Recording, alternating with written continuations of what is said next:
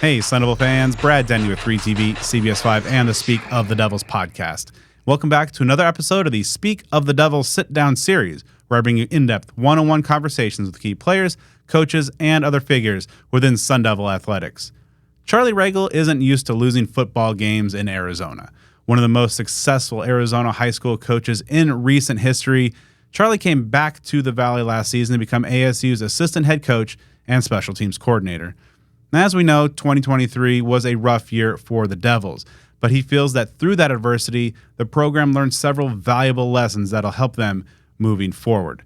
And entering the 2024 season, the special teams unit is replacing all of the specialists. And with the grind of the Big 12 schedule, their play will be critical. On this episode, Charlie and I discuss how the staff navigated a tough year and how they grew, the progress of the team's culture, a rundown of the special teams units and the fall camp battles to watch, and so much more. So let's get to it. Here's my conversation with Charlie Ragle. All right, Charlie, so fall camp just a couple days away as we record this, but right now the talk of the college football world is, of course, the new video game. I just want to know, so how would Eastern New Mexico running back Charlie Ragle be rated if he were included in College Football 25? Well, I'm not sure I'd make the game. No, I'll tell you what, I wouldn't be as good as Cam Scattaboo is. I know that. As soon as it came out, we pre-ordered. My son did, so we got it a couple days early, I guess, or whatever. And as soon as that thing came out, we were on the sticks playing, and I was certainly the Devils, but I didn't fare so well in that first game. I had to work a few fingers, get the thumbs back in shape, but we had some fun with it, and it's been a fun game to play the last couple weeks. So, of course, you along with so many others on this staff making the return to the Valley last season and, coming back and activating the Valley as well. Just overall, how did it feel just to be back home in, a place where you've had so much success as a coach? I was saying this yesterday to one of our coaches. When you're somewhere that's, truly feels like home and is home, it's gone so fast. Like, I can't believe, that we're, camp is upon us again and we're going into year 2.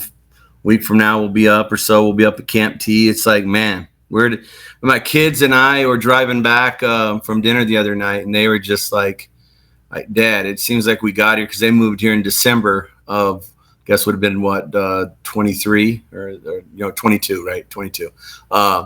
And they're just like, from the moment we got here till now, it's like a blink of an eye, and it's gone so fast. And I just said, it's a testament to being home and enjoying where you're at. So all the more reason why we got to get this thing going and rolling the way we know it's going to happen. So being back in the Valley, Kenny, in his introductory press conference, said he really missed Ajo Al's. Brian Ward told me that he loves a good Philly B burrito. How about you? What's the Valley food spot you were happy to reconnect with? Yeah, well, I'll tell you this. There's actually, I know Si Señors is my all-time favorite, right? Down in Chandler, shout out to them. Unbelievable Hatch Green Chili. Love the place. In fact, I got about 20 plus family members. We're going there tonight to eat. So it's going to be a good time. Looking forward to that. And then I got to give a shout out. I just got done golfing this morning. We were out early, my son and I, super early, right? We had like a 5:35 tee time, whatever it was. Mm-hmm. And nothing better than getting off the golf course, grabbing a Coke and smacking a green chili egg burrito from Burrito Express. Those guys, I'm telling you, man, I love those burritos. So they listen to this. They are a sponsor of Speak of the Devils, and even prior to that relationship, getting a breakfast supreme burrito from there after covering a practice was one of my go-tos. So Kajikawa to Burrito Express and back to the station was the go-to move. All right, so that's good life right there, man. I'm telling you, I love it. Yeah, absolutely. So when you look at with fall camp just a couple days away now, of course, the summer conditioning and strength program with Coach Joe with these guys. Where have you seen, kind of in a collective sense, the biggest strides and gains, over the course of these last couple months?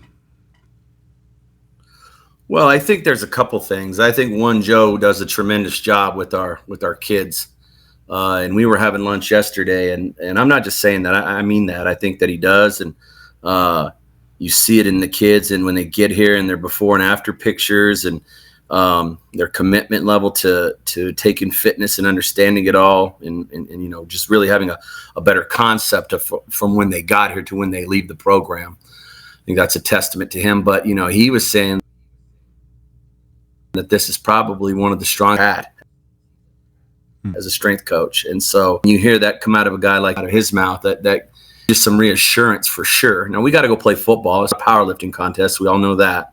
But it's applicable, and I think we're building the program. I know it's the transfer portal and things happen and people come and go, but no matter what, you can't escape the time it takes to build programs. That's just developing and understanding leadership.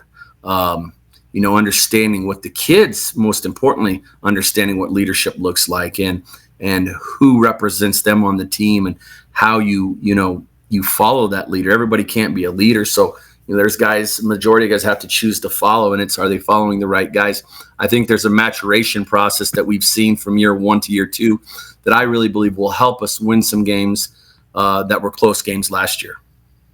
Along those lines, you talk about heading into year 2, the guys that are coming back seem to have a better sense of the expectations of the program, what's expected of them, and overall, have you seen the culture growth and the evolution from year 1 to year 2? Now that you have a good foundation laid, how is that growth in the culture aspects coming along so far? Well, and that's something that Kenny and I talked about was, in year 1, when you come in and you take over a new program, the guys that are there are the guys that you have. Obviously portal and things, people come and go, but the core nucleus of your team is there, and you didn't recruit them, and they're your guys now. And so you have to fill that out. You have to adjust and adapt to your team. And, you make the necessary changes to go in and try and win games. But after year 1, guys have a sense of who we are, and we certainly have a sense of who they are. And so then it's, hey, sometimes it's not personal. It's just not the right fit. And understanding as a coach, we're not going to be the right fit for everybody, and vice versa as players. And, guys make choices, and then we go out and recruit the kids that we think are going to fit the culture that we think is going to help us win here in Tempe. And so the guys that we've brought in, there's definitely a level of maturity and a level of expectations of what we want done and how we want it done. And Kenny's made that abundantly clear. Is the leadership where we want it to be? Absolutely not. Is it better than it was a year ago? Absolutely. And that's not a knock on anybody. It's just that's the maturation of year 1 to year 2. And if you're doing it right, it should be better in year 3, year 4, etc. So I honestly feel we're going in the right direction. But at the end of the day, nobody cares about that. The fans just want to make sure that we win more games than we did a year ago.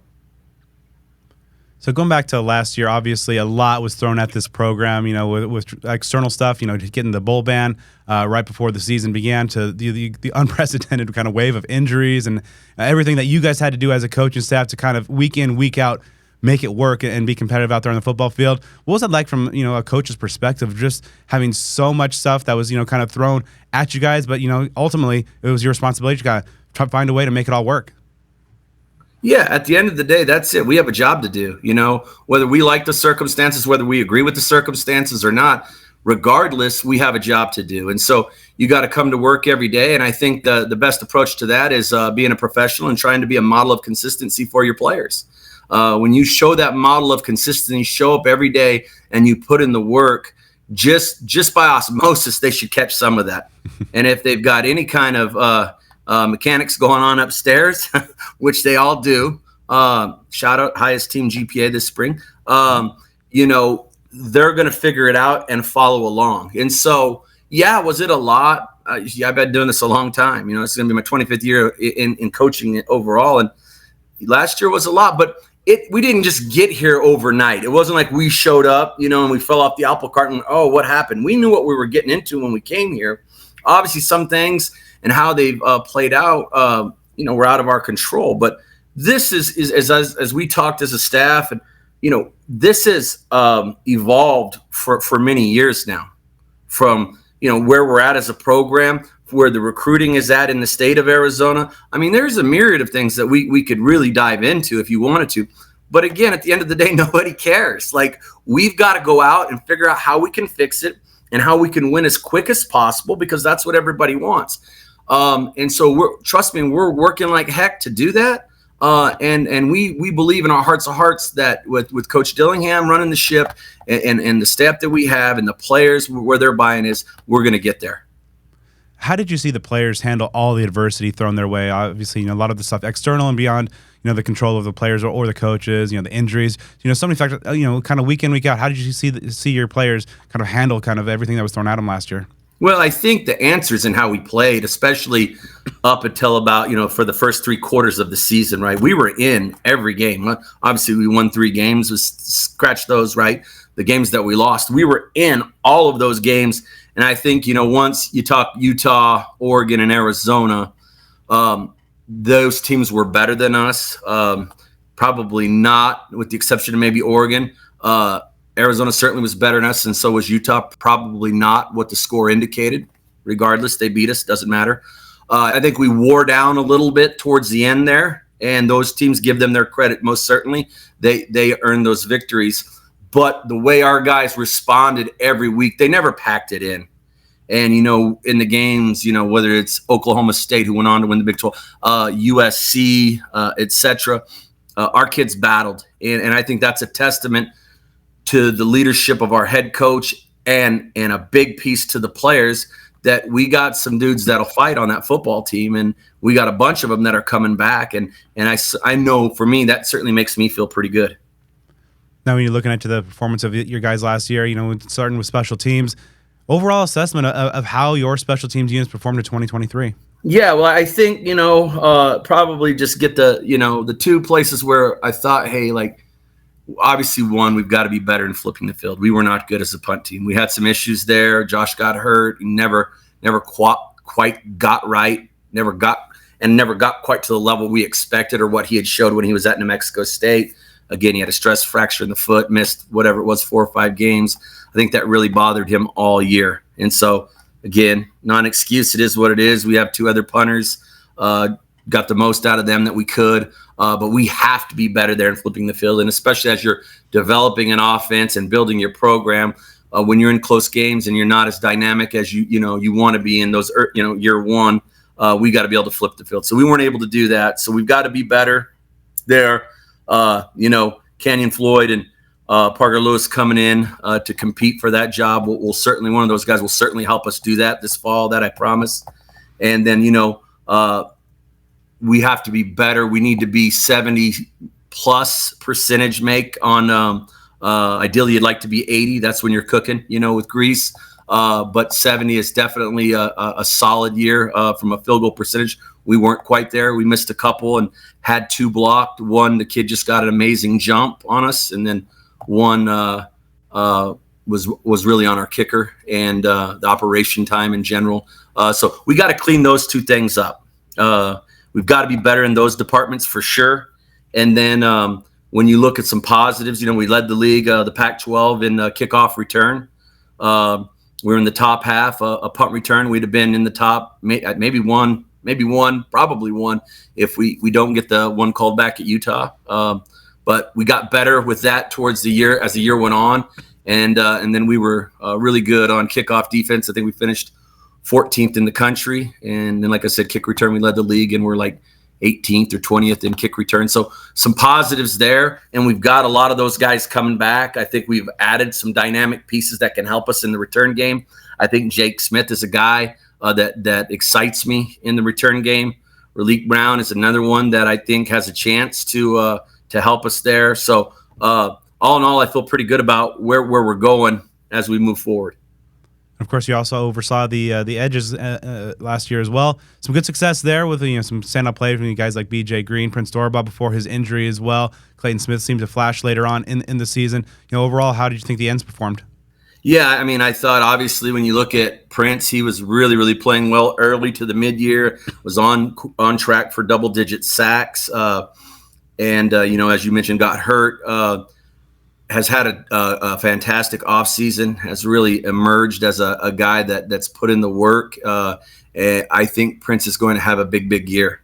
And I think Clayton is too. I'm excited. I like that room. I like that whole D-line. I think, with the addition of Coach Reynolds, Dyron Reynolds, and then, adding how now the analysts and that switch, adding Vince back in to be able to be on the field, which he wasn't in the spring, back in between those guys coaching them as well. And that group, I really think like there's some, the interior and the exterior, the edges and the tackles. I really like what we've got lined up from a defensive line standpoint. Going through what the program had to go through last year, and obviously as a first-year head coach, it's going to be a lot no matter what. Then you throw all the things that the ASU program had to navigate through. A lot was on Kenny's plate last year. As a veteran coach, as you mentioned, you're heading into year 25, and a guy who's known Kenny for a long time. How did you see him kind of navigate everything that was thrown at him in his debut? Yeah, it was hard. He did a good job. I mean, that's when you're in that position, right? You're young man, you get the head job of your dreams back in your hometown. The amount of scrutiny and pressure that comes just with that title and that role is tremendous. And then you add in, hey, working and trying to help, shore things up on the offensive side of the football, and then be the head coach and a check in, how are we looking special teams wise, defensively check in, what do we need to do here? And then manage all of the things outside of the program that we've talked about, from the transgressions and dealing with all of that, that came out of that. That's a tough job, and at times probably very overwhelming. I thought, overall in his first season, he handled it well. And, we just had this conversation as a staff, a bunch of the assistant coaches, we've got to do certain things. And we were talking about different roles and things we're trying to do in the recruiting world. And, as a former Sun Devil, Dirk Cutter said to me a long time ago, when he left Arizona State and went to the NFL as an offensive coordinator, he said, Charlie, he said, I'm a much better assistant coach now that I've been a head coach. And there's a bunch of guys on our staff that have head coaching experience. Obviously, myself is one of those, and there's a lot of them, from Sean, Jason, B. Ward, Marcus. You can go down the line.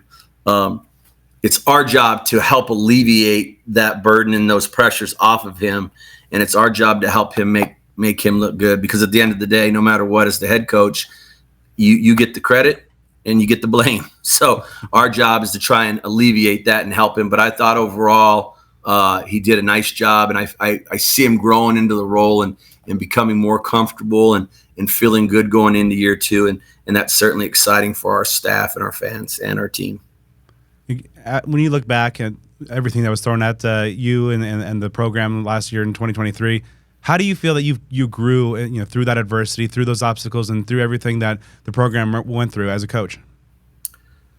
Yeah, I guess the easiest way I could say this, I don't even know if it's easy, but when you love something and you truly have a passion for it, which is Arizona State and the greater Phoenix metro area, I think if you came in and you talked to our staff individually, there's so many guys on our staff that have wanted to be here, wanted this opportunity, and what ASU means to them, starting with our head coach, obviously. The love and respect we feel for ASU is unmatched. And I think we all carry around a little bit of an extra burden to get this thing done for the Sun Devil faithful, because we've all been a part of that. And no matter where we've gone or where we'll go, we'll always carry a little bit of that pitchfork inside of us. And I just think that's a hard thing to, when it's in you, let go no matter what. And so going through all of it, we knew that was part of the course that we had to bear, so to speak. But we're up for the challenge. And I promise you, there's never been a staff here that wants to win as bad as this one. And now we got to go do it. No, kind of on that same note, you mentioned it yourself, Kenny, Jason. So many guys on that staff have, the deep ASU ties, ASU alums, and of course the new athletic director and Graham Rossini is one of those guys, and he's really kind of made it clear that he's prioritizing football, men's basketball, baseball, women's basketball, the kind of the sports to help drive the entire athletic program. How do you feel that Graham, as an ASU alum as well, can help elevate the program and all of Sun Devil athletics? Well, I think he's in the same boat with us, rowing in the same direction, right? I think that he's at the front of the boat with Kenny, and they're telling us row this way, and all of those guys from B Ward to Sean to Mons, as you mentioned, and it's not. I mean, other guys that are non-local guys are right there with us.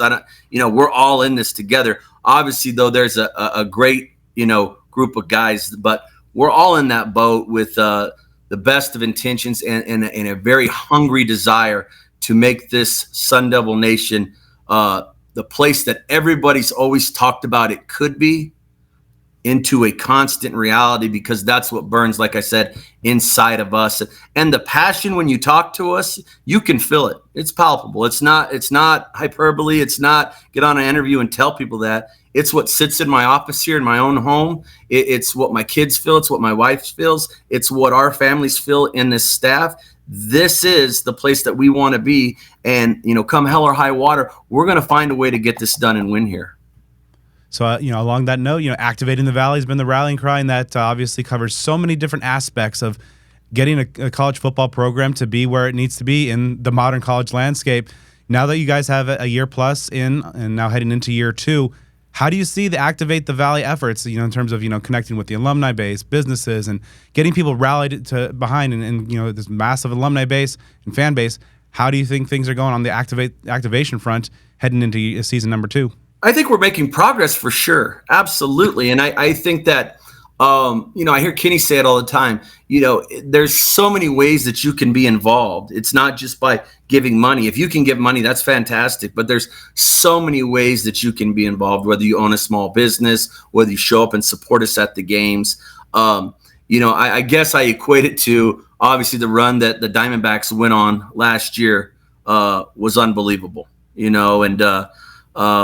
I was at a couple of those games with my kids, just because when the Valley teams are on fire, whether it's the Cardinals, the Suns, I flew down from the Bay when the Suns played brought my family when they played in the championship, and we came to game 1 because I told them there's no greater place than Phoenix when the Suns are on fire. And, when you got the 2 OGs, the Sun Devils and the Suns playing at a high level, there's not a better place in the country to be than in the state of Arizona and more importantly in Sun Devil Stadium. And I think that the activation is moving in the right direction, but as we continue to grow, it's going to grow with us. And there's so many facets that we have not tapped into yet, and we're building, and ideas and models that we're scaling, that we're continuing to grow. We're just scratching the surface of this thing. We've got to produce some wins to make people feel comfortable, and I get all of that, the expectations, but some time,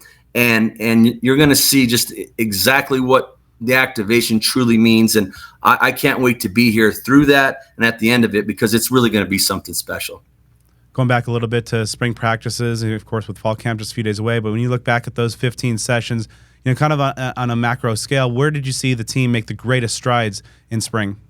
I think the first thing that pops out is probably the depth. I think we have more depth across the board, especially in the trenches on both sides of the ball. At the end of the day, it's not a secret. I'm not going to tell you something right now, the next thing that comes out of my mouth, that, hey, we've got to have a quarterback that plays at a solid level. Let's not, I didn't just breaking news here on Speak of the Devils, but we got to have a quarterback that plays well. If we get that, we're going to be a dangerous football team. We've got to do things all across the board in all 3 phases. Everybody understands that, but the game of football goes as the QB goes, and obviously those guys up front protected him. Obviously, we had some freak things happen from an injury standpoint last year. So the depth, I think, is the best. The best and biggest thing that stood out over the course of 15 practices, and I feel pretty good about where Marcus is getting those quarterbacks, and excited to get into fall camp and see how we can put all this thing together and crank this season 2 up, because I know it's going to be fun and it's going to be a lot of excitement. Now we'll get to the kind of the specialist positions here specifically in a moment, but in spring, obviously you mentioned 2 of the guys that weren't here in terms of there, and Parker Lewis and Canyon Floyd. So, just looking at the specials right there in spring practices, how did you kind of navigate, that competition going on those two positions, knowing that two of those key contenders for those jobs weren't here yet? Well, I think, every practice is its own entity, right? And the goal is to come out and get better each day and be better, on day 2 than day 1, all the way through practice 15, and look back and say, hey, I got better after 15 practices. That was Karsten Kiefer, who had an amazing spring kick in the football. Whether that was Race punting, whether it was, Cole or Tyler snapping, like it's those guys or the edges, whatever position, that's the goal. And so, like, now we're going to go into camp. Hey, I duly noted what you did in the spring, but the spring is the spring. As I tell them, hey, your job as a player is to get better. My job is to teach you and you get to develop a little bit more in the spring, right? You have more time. There's no wins and losses. It truly is bringing guys along and growing your program. Now we're playing for wins and losses, and it matters. And so we're going to get into camp, and we're going to cut this sucker loose. And the best guy that at all those positions, whether it's a kicker, punter, snapper, or defensive end, D-line, whatever, O-line, the best guys are going to play that give us the best chance to win on Saturdays. All right, so let's kind of make the rundown now. Let's start with the place kicker position. Karsten Kiefer, Ian Hershey. In spring, thought they each had some moments. Karsten, had some nice leg there as well. Parker Lewis is a guy who earlier in his career at USC got all conference honors. How do you see the battle for that kicking job playing out over the course of fall camp? Well, and I think really, to be honest with you, Canyon Floyd is a kid, and one of the reasons that we recruited him is he's a dual threat kid. He can kick too, So we're gonna, those guys have been working this summer. It's exciting to watch them work, but we're gonna have a battle. I mean, there's gonna be a true battle out there in fall camp, and again, the best guy will line it up for us on the 31st against the Cowboys of Wyoming. So, obviously, as you mentioned, Parker has some experience kicking. So does Ian in terms of kicking in games. Ian's had a nice summer. Karsten had the best spring. Parker's got a massive leg, and Canyon's right there with him. I like those guys. Their ability, though we're young, with the exception of Parker in terms of a ton of experience. I like the direction that those guys are going. And again, I think it's just at the end of the day, we're going to roll it out there, and who's best guy is going to win the job there. And looking at Punter, earlier on, you mentioned that, punting was one of the areas you really thought last year could have done better. Canyon Floyd, one of the just some video game-like statistics at the high school level during his career. But Parker Lewis, you mentioned, is a guy also has the ability to punt that ball around as well. How do you see your punter situation on the eve of fall camp? Yeah, I think both of those guys, that's going to probably be the heated battle. I don't think Parker Lewis has an NFL leg. I mean, you'll come out and you'll watch him. It's not a secret. The guy hits 5+0 hang time. I mean, he's got a stronger leg probably than some of the guys in the NFL. And that's not, I'm not being facetious by any stretch. Can he put it all together? There's so many small pieces. The most underrated trait of a punter is his hands. Can he catch the ball? Can he adjust the ball on the move? Because that's all you're talking about, hundredths, tenths of seconds. And all that matters when they're bringing pressure. Can you get your footwork tight? He's a big, long guy. Can your operation time, your personal time, toe to touch as a punter, from when you catch the ball to when you get that punt off, can you be tight and can you be precise with that? Putting all of that together is not as easy as people think. I promise. People I think that don't know punting or kicking, you just show up and punt or kick the ball. It doesn't work that way at all. So that's going to be Parker's biggest challenge over the next month. The physical tools are there. Canyon is very, very talented. Has the ability to roll punt and directional punt, like you said, put up some massive numbers in high school. Is very athletic. His biggest thing is, when you play with the freshmen, there's some growing pains, and he does some freshman things from time to time. And I think it's going to be one heck of a battle between those two. And it's just the same concept, though. Whichever guy comes out, at the top of that battle will start for us on Saturday the 31st. long snapper is a position that a lot of fans maybe don't know the name, unless barring of course like maybe a screw up or something. So it was one of those best anonymous positions. But Slater Zellers was very good at his craft, and now he's gone. How do you see the battle for who's going to take that very important long snapping position? Yeah, Slater's one that you don't replace, man. That's a special kid to me. I've known him and his family for a very long time, and I recruited him to Cal. I coached him there for 4 years. We redshirted him for a year, and then I left. Obviously, at Idaho State, he stayed there one more year, and then I got him back here for the COVID year. Special place in my heart, him and that family, and an extremely talented long snapper that I think belongs in the NFL, and I'm hoping he gets that opportunity. Those are tough jobs to acquire. But we have two really good long snappers that I believe are very trustworthy, and I hope that people don't know their names because that means that they are doing their job. You're absolutely right. So Cole Marsalek and Tyler Wigglesworth, great last name, Wigglesworth, baby. Wiggle, baby. Those guys have had a great spring. And again, Cole probably has just a little bit of a nod because he's been here in our scheme, a semester longer, but Tyler's right there pushing him. And that's, when you get great competition, you usually put a great player out there on Saturdays because they've been, chiseled from that competition, so to speak. And I'm excited about those two guys. I really feel good about where we're at in that department. So as a former running back, I got to get your take on one of the deepest position groups that I've been covering this team for 14 seasons now, and that I think I've seen this Sonneville running back room is very loaded. Cam Scadaboo, DeCarlos Brooks, Kyson Brown returning, adding Raleek Brown, Alton McCaskill, Jason Brown, the 4-star freshman coming in. What's your read on kind of that backfield and the upcoming backfield battle? That's a lot of Brown and Brown and Brown right there, man. That sounds like a commercial, right? No, you know what? You're right. That is we talked about this. Sean is a longtime dear friend of mine. Obviously, it's a pleasure to coach with him every day. I love Sean Aguano, man.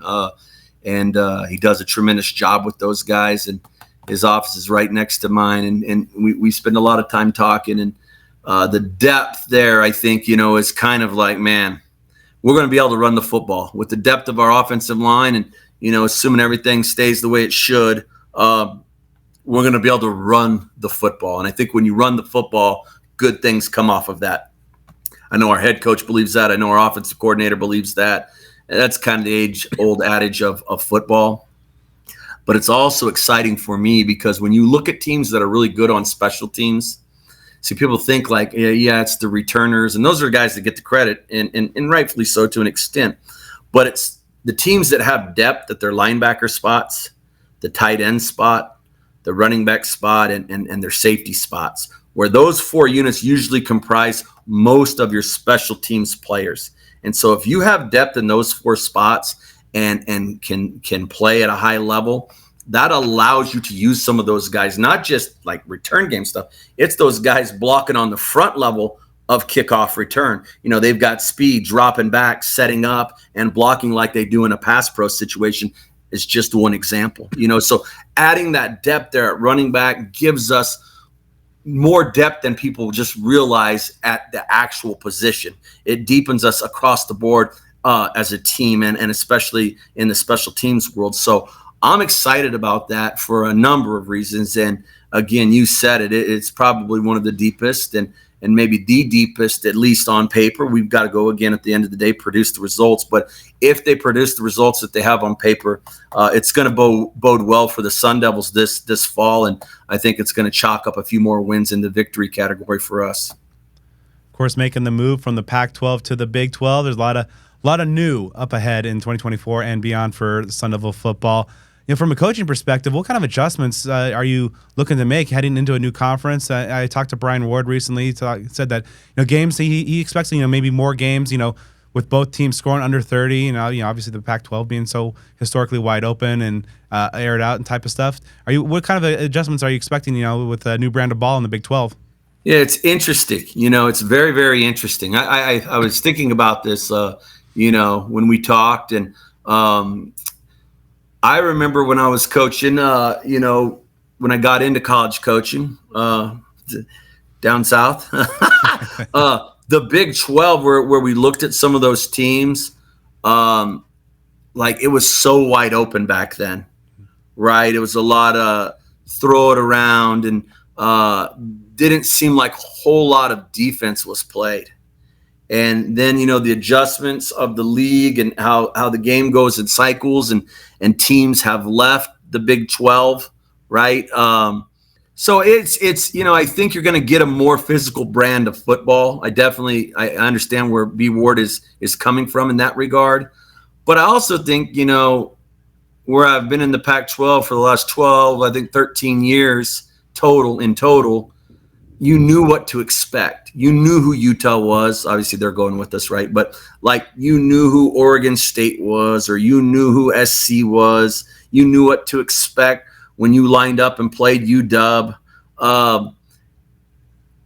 There's just that little bit of the unknown factor going into a new league. And so I think there's, some exciting optimism for the unknown. But I think as any coach grows and develops as a professional, there's a little bit of and say uncertainty for what's coming out of the league.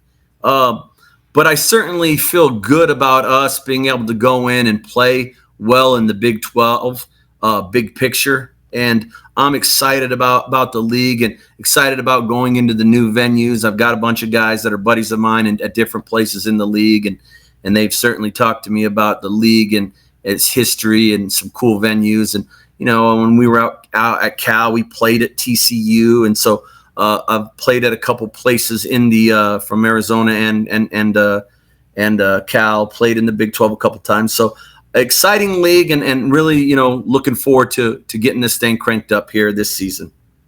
A couple of interesting rule changes this season that'll affect the coaching aspect. You touched on one earlier, and that analysts now can provide on-field instruction to some players. So long overdue change. Of course, the helmet communications coming into effect in terms of offense and defense, having that ability, some sideline tablets. How is the program kind of embracing these new rule changes and this kind of the new technology that's coming to college? Yeah, I think that it's something that's long overdue, and I think obviously we've seen it being implemented for years at the NFL, and right, ultimately that's where it trickles down from. And so we are we've met on it. We've had plenty of meetings. We'll get out here in camp and utilize the technology, make sure that it's clean, and fundamentally we are have a flawless system so that we can implement it the best way possible to help us win games in the fall, and this is the time over the next month to certainly get that done. And last one for you, ultimately when this 2024 season is in the books, when you look back, what are the things that you think must happen in order to say this was a successful season for the Sun Devils? Well, I think, personally, I want, obviously my piece is, we need to play well in the special teams department. So you've got to take a look at yourself first and say, did I do all I could do? And then what did those results look like? Being very realistic and honest with yourself. And then I think, from a, big picture, holistically speaking, did we improve? Is our bottom line net wins, is it better than we were a year ago? And, is that 1 or 2 wins more? Is it 3 wins more? I don't know what that number looks like. Hell, I hope it's, all 12 wins. I mean, we want to win them all, Are we going to do that? I don't know. That's hard to do, right? But when it's all said and done, we have to look at the net result and say, are we making progress? And sometimes progress doesn't always come out in the wins and losses, certainly. But at the end of the day, that's what we're in, is a win-loss, bottom-line business. It is only year 2. But I think that for us is taking a look big picture and saying, hey, we need to have more wins than we did a year ago. And I think if we do that, we're certainly moving in the right direction. And I certainly believe we're going to get that done. I'd like to thank Charlie for taking the time to talk with me for this episode. Make sure you are subscribed to Speak of the Devils on the podcast platform of your choice for more great episodes featuring ASU AD Graham Rossini, the entire Sun Devil football coaching staff, several key players, and many more. And also be sure to follow me on social media at bdenny29.